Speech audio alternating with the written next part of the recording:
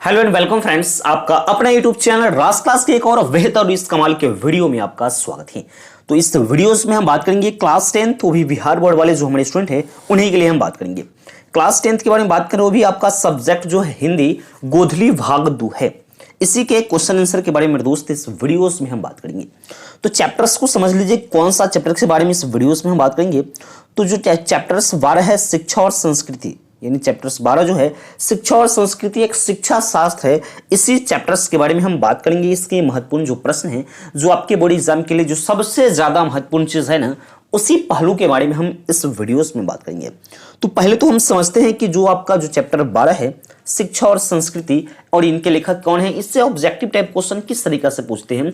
होता है कि हमारे दोस्त, अगर जो किसी एक्सरसाइज किसी भी चैप्टर्स के बारे में अगर जो आपके पास डीपली नॉलेज हो ना, तो आप बहुत अच्छी प्रिपरेशन कर सकते हो और बहुत अच्छे नॉलेज के साथ अपने दोस्तों अपने सहपाठियों को आप समझा सकते हो और उससे क्वेश्चन आंसर को आप सुन सकते हो। ठीक है मेरे दोस्त, तो पूरा मैं आपको डीपली दूंगा, जितना प्रश्न के बारे में बात करूंगा सभी प्रश्न का एक डीपली नॉलेज दूंगा, जिससे आपकी चैप्टर्स पढ़ने में कोई परेशानी नहीं हो। अगर चैप्टर्स नहीं भी पढ़ते, एक्सरसाइज नहीं भी पढ़ते हैं, तो आपको पूरा डीपली से डीपली नॉलेज रहेगा मेरे दोस्त। लेकिन आपसे एक रिक्वेस्ट है कि अगर हमारे चैनल पर आप नए हैं तो चैनल को जरूर से जरूर सब्सक्राइब कीजिएगा, बेल नोटिफिकेशन को जरूर ऑन कीजिएगा, ताकि इस वीडियो का नोटिफिकेशन मेरे दोस्त आपको सबसे पहले मिलता रहेगा।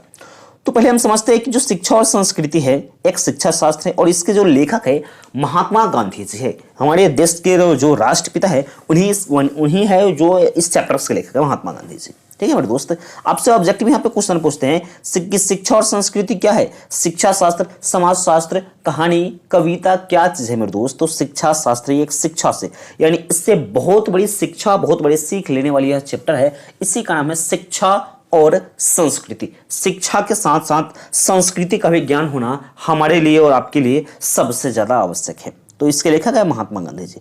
पहला नंबर प्रश्न के बारे में हम डिस्कस करते हैं, क्या है गांधी जी बढ़िया शिक्षा किसे कहते हैं।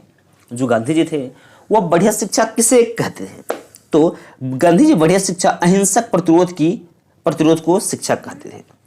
यानी जो गांधी जी अहिंसक प्रतिरोध को सबसे बढ़िया वो शिक्षा अपने जमाने की वो बात करते थे। ठीक है, फिर दूसरा नंबर क्वेश्चन है इंद्रिया का बुद्धि पूर्वक उपयोग सीखना क्यों जरूरी है। यानी कह रहे कि जो इंद्रिया है, यानी हमारे पास जो इंद्रिया है, हमारे जो आंख, कान, नाक, जीभ, त्वचा, उसका कह रहा है कि बुद्धिपूर्वक उपयोग सीखना क्यों जरूरी है, यानी उसका उपयोग सीखना हमें क्यों जरूरी है, उसके बारे में है।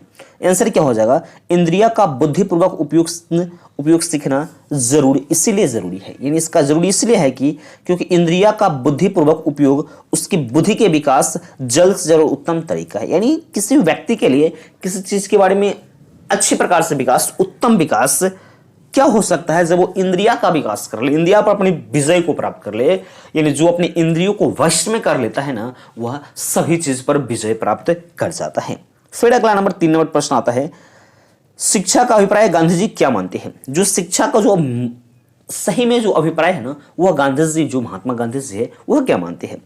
क्या है, तो गांधी जी शिक्षा का अभिप्राय मानते हैं कि बच्चों के शरीर, बुद्धि और आत्मा के सभी गुणों को प्रकट किया जाए।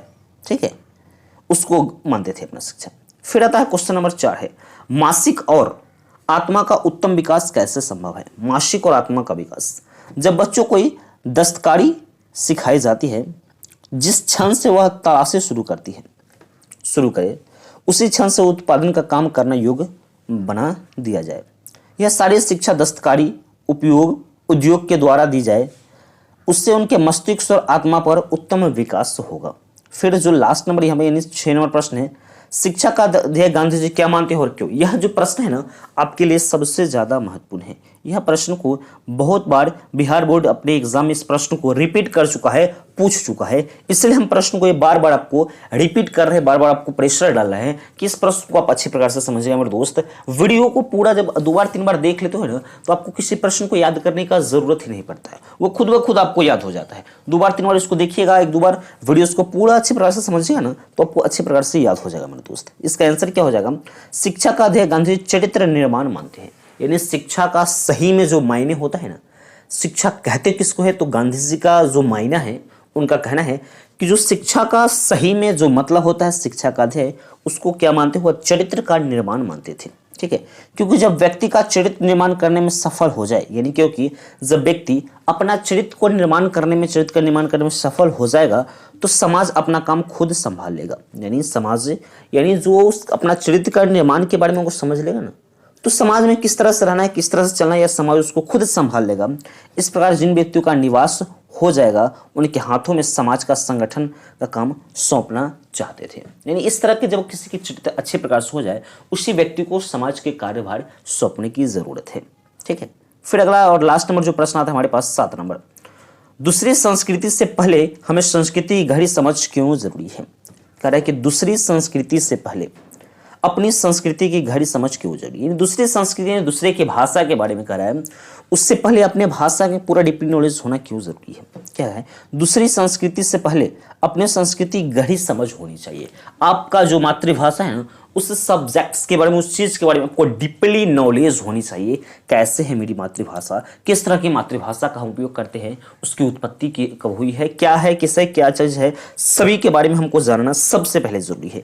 क्योंकि अपने संस्कृति को ना समझकर अन्य संस्कृति को समझना, यानी अपनी भाषा को हम समझ नहीं पाते हैं, लेकिन दूसरी की भाषा को जो समझना चाहते हैं ना, या उनका अनुसरण करना आत्महत्या के समान है। यानी अपनी भाषा को त्याग कर दूसरी की भाषा को जब हम ग्रहण करते हैं तो वह आत्महत्या के समान होता है। आत्महत्या कहने का मतलब कि अपनी जो भाषा है उसका गला घोट दिया मैंने, उसको तो मैंने समझा ही नहीं, लेकिन दूसरे की भाषा को मैं समझना चाह रहा हूं। ये एक गलत बात है। पहले अपनी भाषा के बारे में, अपनी चीज के बारे में पूरा डीपली नॉलेज लीजिए, तब किसी की भाषा को समझने का प्रयास कीजिए। गांधी जी का यह मत है।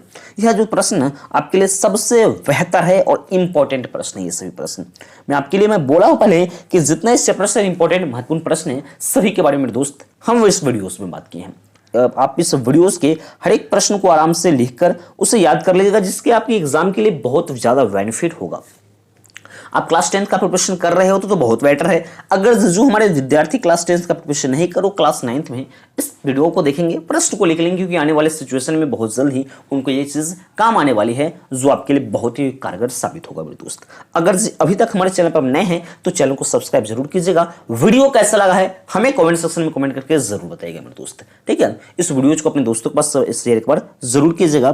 तो मिलते हैं एक नेक्स्ट वीडियो में, तब तक के लिए जय हिंद।